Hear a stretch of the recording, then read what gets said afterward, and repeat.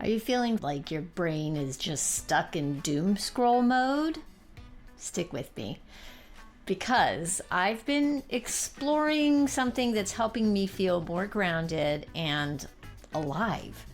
And no, it's not just meditation or journaling or wine or moving to Portugal. It's play at any age. And before you go away saying play, seriously, I don't have time for that. This is ridiculous.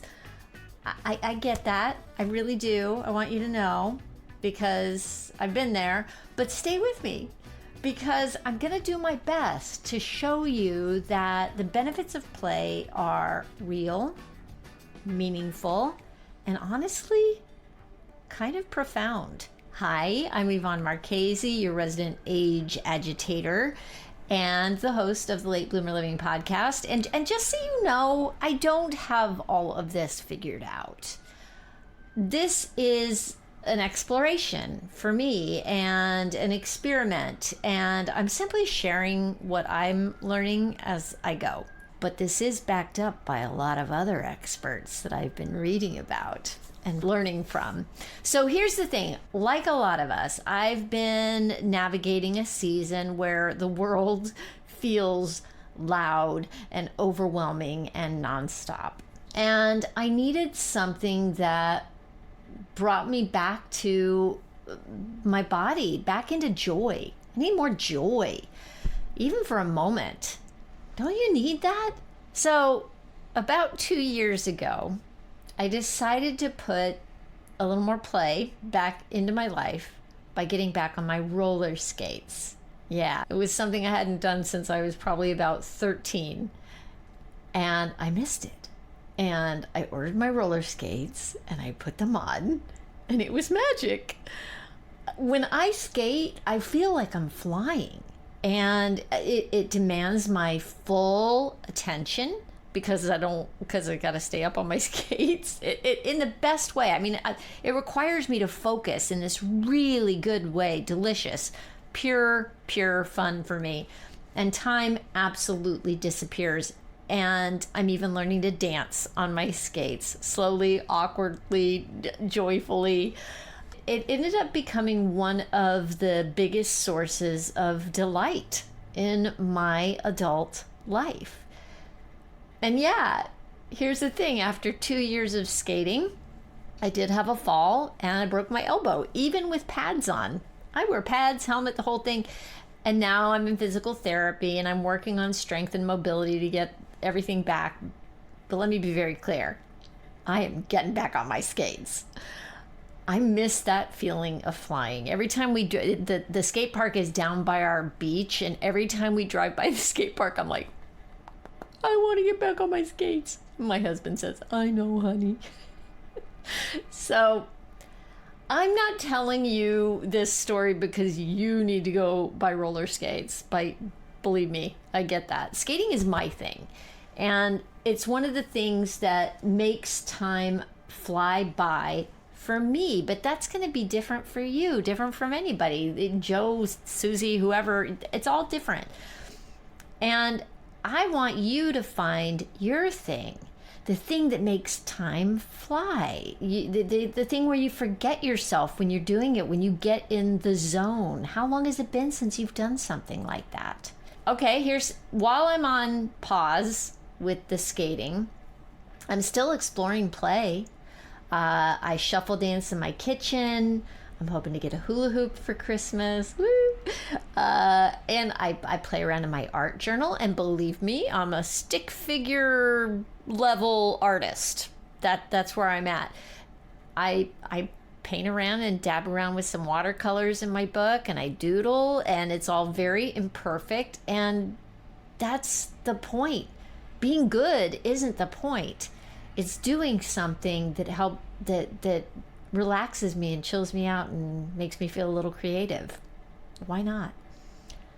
So I mentioned that there are some other experts. So I've been reading, Martha Beck has a great book out called Beyond Anxiety. And she talks about the fact that when you're anxious, it's very difficult to be creative and come up with creative solutions to your problems.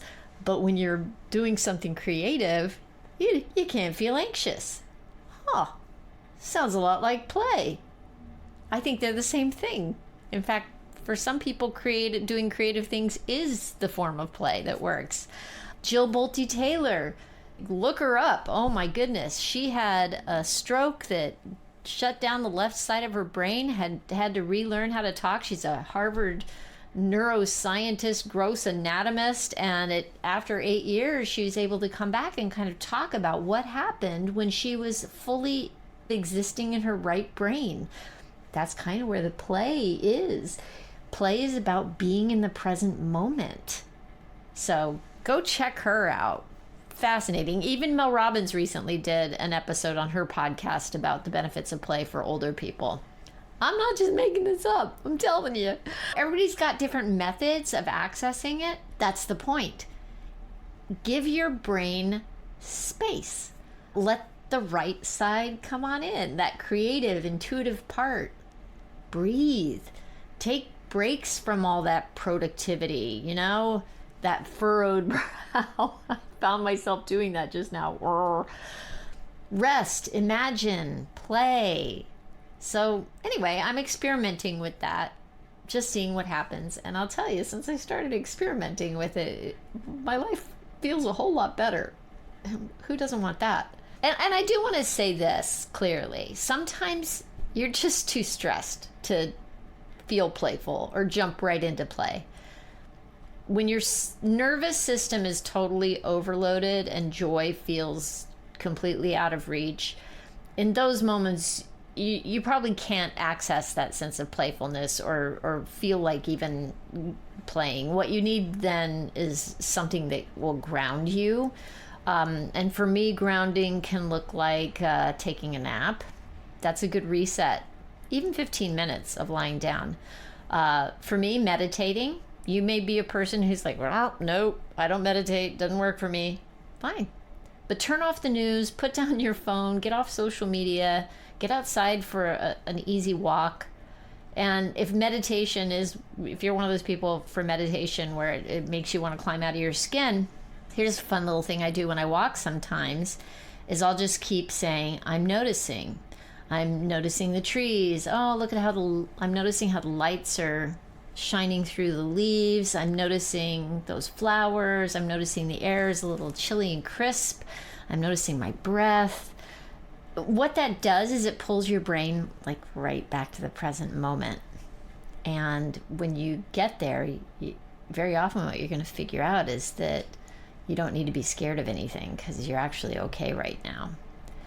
Anyway, once my nervous system settles even a tiny bit, I'm more open to curiosity at that point, and curiosity is the doorway to play. Yeah. So this isn't about roller skating. It's about finding that thing that's right for you, the thing that makes time disappear, the thing that brings you back to yourself. So start small. Start messy. Just think about, make a list. What's fun? What did I like to do when I was a kid? Get curious about it. And if you want to explore this alongside me, by the way, I'd love to have you in my play shop. You can sign up for the wait list at latebloomerliving.com/play. If it's already up and running by the time you see this video, that'll take you to the sign up and you can learn more about it. But for right now, in November of 2025, you can join the wait list, okay? And thanks for being here with me, truly. If this resonated, I hope you'll share it with somebody who you might want to play with too. And let's keep exploring this together. The more the merrier. So until next time, bloom like you mean it.